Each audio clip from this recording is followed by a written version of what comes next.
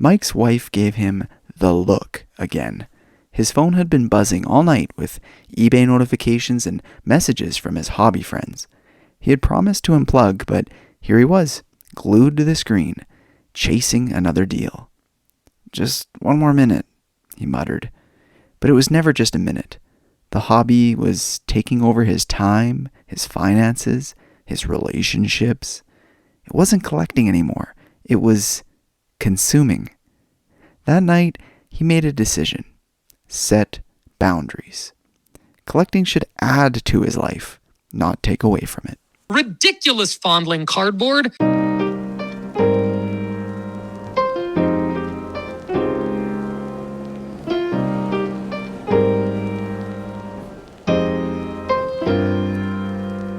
What is up? And welcome to Fondling Cardboard.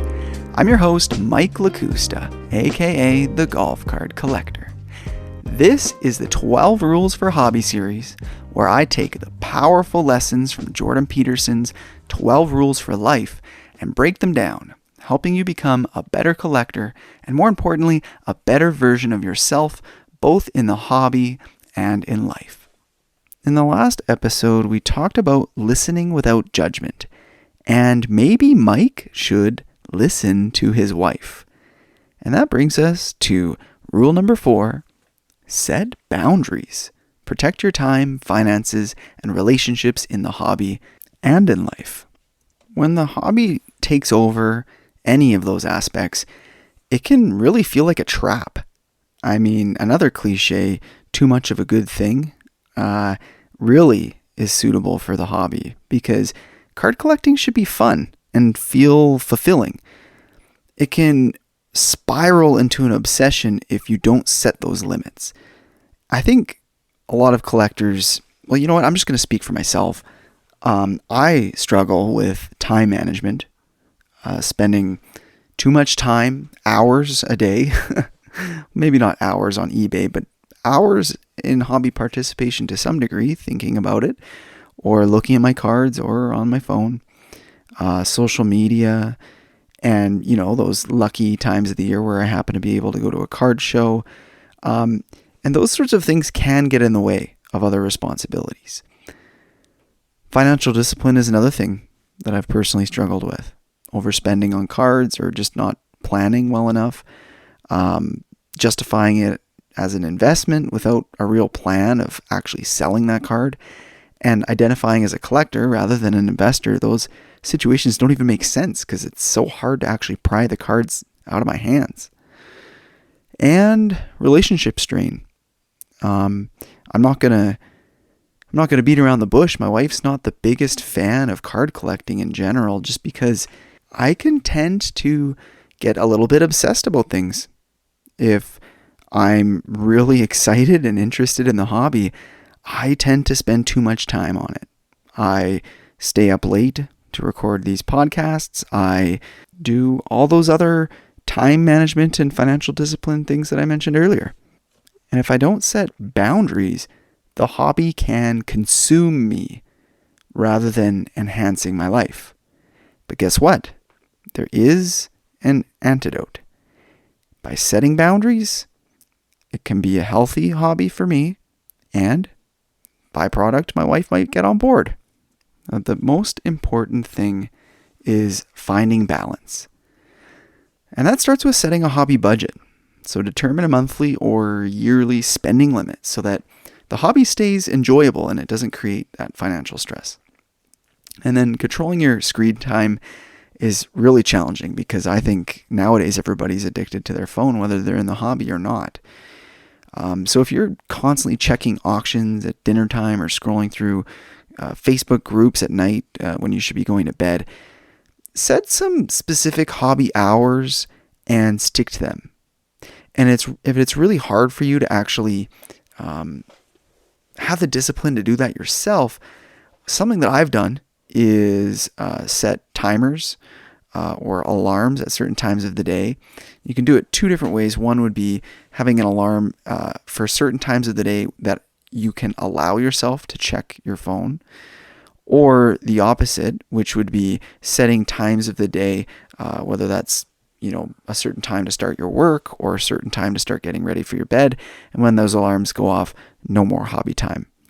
And then lastly, you can use an app that will block certain features or apps on your phone or even websites within your internet browsers so that you're not even tempted to, because you can't access them at certain times of the day. In fact, I think for an iPhone, it might even have that sort of feature built natively right into the iPhone settings. Now, in terms of actually collecting, how are you going to set boundaries and avoid those impulse purchases that you regret later on? Well, before making a big purchase, give yourself a cooling off period. Sometimes we act with urgency because we feel that a card isn't going to be there the next time we check for it. Unless it is something that is explicitly obvious. So another collector who's looking to sell it to you or trade it to you is saying, you've got until tomorrow, or you've got an hour to decide.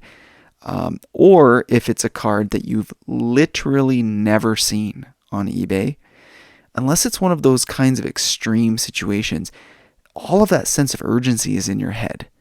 And in fact, your brain is going to use a tactic to trick you into thinking things are urgent. So don't fall into the trap of thinking something will disappear the next time you look. And also don't fall into the trap of impulsively bidding on an auction that's just about to end. Because if it's something that's been on your watch list and you've noticed the card for some time, you would have decided to bid on it at some point. Why just impulsively throw in a bid at the last second? And more importantly, when you're selecting which cards you're picking up, you need that cool down period to decide if it truly fits in your collection. Is it in one of your lanes? And does it really contribute to your collection goals? And lastly, this one isn't as relevant to me, but if you spend a lot of your time at your local card shop or traveling to go to card shows, it's okay if that's an important part of your life, but it's also okay to say no to a trade night or a card show or what have you. If it happens to conflict with your family or your personal time, the cards will still be there tomorrow or the next show.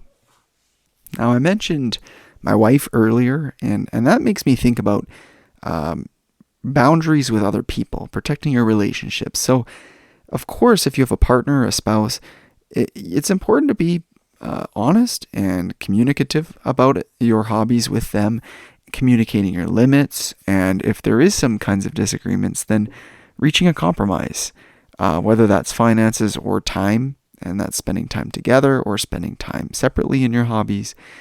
And there's more people in my house than just my wife. I've got 2 amazing kids.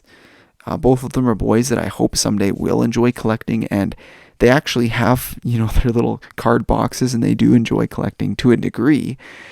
And not only should you be setting boundaries for yourself, but it's also important to teach kids about boundaries, because the hobby is a materialistic endeavor. And if you can learn lessons or teach lessons through it as a medium, it just adds, it creates a bigger value proposition for you and your family. So use it as an opportunity to teach your kids about responsibility. If they're old enough to be buying cards at a store or at a card show, make sure you give them a budget, help them set goals, and show them how to enjoy the hobby without excess. And in those online groups or in-person friend groups, you can set expectations, and not only that, but set boundaries. If there's somebody who you don't vibe with, or who you're trying to work deals out, but they're just constantly lowballing you and just you're never really on the same page, anything like that can drain your energy. So set those boundaries with them. Not every deal is worth your time, and to be frank, not every person is worth your time. Now, to my hobby friends out there that are listening to this, and I've taken a couple days to respond to your message, don't worry, you're not alone. I've got lots of family and friends that I'm slow to reply to. But I'll give you an example. There's somebody who is constantly trying to work out a deal on some pretty low-end cards, so it was not a hugely significant trade proposition. And those kind of situations I actually usually quite enjoy. I like having that aspect in my hobby experience. But what wasn't working out is that this individual was very picky about things and asking me to send photos of, $1 to $2 cards and then deciding that they didn't want them and then asking for me to check on some other stuff. And I mean, opening boxes and fiddling around with cards, as much as I love fondling cardboard, wasn't exactly the best use of my time. And so ultimately I decided to set the boundary that, hey, I don't think we're going to get this deal done, and shifted the conversation to, have you checked out ComC, or are you a member in our Facebook group? Maybe you'll want to go into golf cards and memorabilia and, do a looking for post and see if some other people will reach out, and kind of a way to get somebody off of your back, but also a way to continue the conversation in a more fulfilling way. And a concept that I heard about recently has really intrigued me. It's that in life, setting boundaries actually equals more freedom. Because in life, just like in the hobby, having clear limits actually gives you more control. If you don't set financial boundaries, then that money stress builds up, and if you don't set time boundaries, then work, social media, and other distractions eat away at your day. So these strong boundaries lead to better relationships, less stress, and more enjoyment in everything you do. So at the end of the day, ask yourself, is my hobby serving me, or am I serving my hobby? Boundaries help keep collecting funds sustainable and something that fits into your life rather than taking it over. I hope you're enjoying this series of the 12 Rules for Hobby, and I look forward to getting back to you tomorrow. I'll see you then.